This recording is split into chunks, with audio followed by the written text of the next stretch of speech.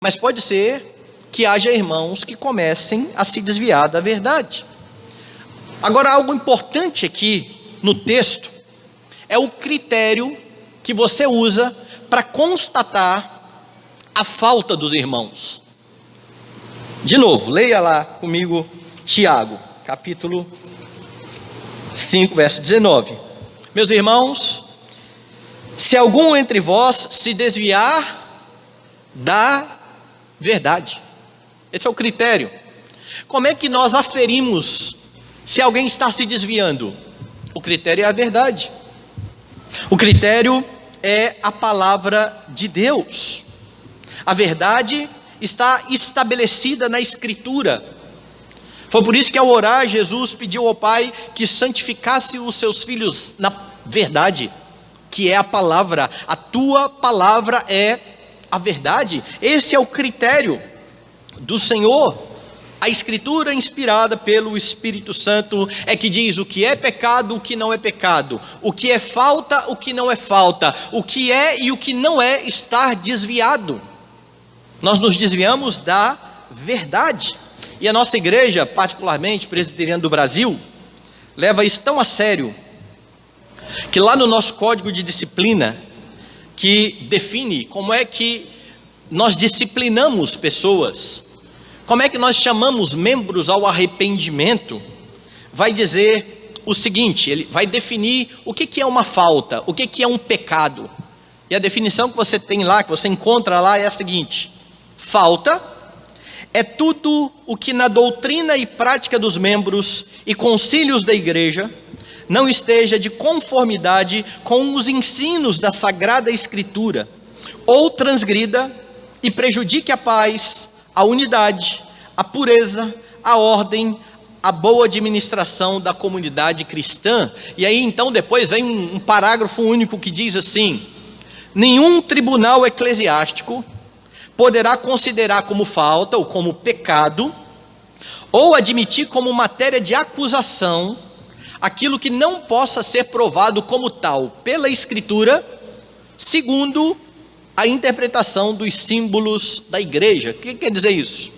Que nós atentamos uns aos outros, que nós exortamos os irmãos quando eles estão pecando, mas nós precisamos fazer isso pautados na Escritura, e no nosso caso, presbiterianos que somos, segundo a interpretação que está nos símbolos de fé, que para nós é um sistema correto e fiel de exposição da verdade. Por que é importante frisar isso? Tenha muito cuidado para não chamar de pecado aquilo que o próprio Deus não trata como pecado, porque tem muito crente acusando outros irmãos de desvio por questão de gosto pessoal, por questão daquilo que eles acham que deve ser a vida cristã.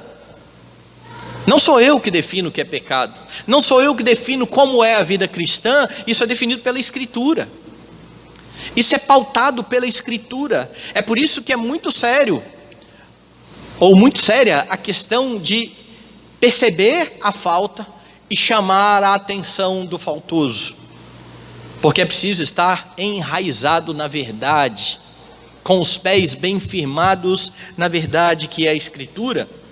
Porque quando você acusa alguém de pecar por estar fazendo algo que você acha que é pecado, ou que você acha que é inconveniente para um crente, mesmo a Bíblia não tratando aquela ação como pecado, você está igualando a sua vontade com o assim diz o Senhor. São duas coisas bem diferentes. Assim diz o Senhor, não tem conversa, não tem meio termo. Deus disse, faça. Agora, eu acho, dentro daquilo que eu entendo do cristianismo, que os crentes deveriam caminhar assim. Bom, se não está definido claramente pela Escritura, se é uma questão de escolha, nós não podemos impor sobre outros o nosso gosto pessoal, as nossas convicções pessoais. É por isso que existe algo chamado liberdade cristã. E dentro da liberdade cristã, nós escolhemos viver da forma como nós entendemos que devemos viver para a glória de Deus. Por isso, não confunda aquilo que você acha com aquilo que Deus diz. Esteja bem certo daquilo que Deus diz, a fim de poder constatar a falta ao seu redor. Quando Tiago então diz: meus irmãos, se algum de vós se desviar da verdade, ele está partindo do princípio de que a igreja tem conhecimento da verdade, de que a igreja está firmada na verdade. É só você lembrar que Tiago tratou disso no capítulo anterior, capítulo 4, lá no verso de número 12. Um só é legislador e juiz, aquele que pode salvar e fazer perecer. Tu, porém, quem és que julgas o próximo? Quando Tiago escreveu isso, ele estava pensando que o único que é o legislador se chama Jesus Cristo. Tiago está evocando aqui uma fala de Jesus lá em Mateus capítulo 10, quando ele diz: não temam aqueles que matam o corpo e não podem matar a alma, temam aquele que pode fazer perecer no inferno tanto o corpo quanto a alma. E Jesus falava acerca de si mesmo. Ele é o legislador, ele é o juiz. Então, naquilo que ele legislou, você pode constatar a falta. Naquilo que ele não disse que é pecado, você pode até assumir como postura para você fazer algo, mas não imponha isso sobre outros, e não julgue os outros segundo o seu critério.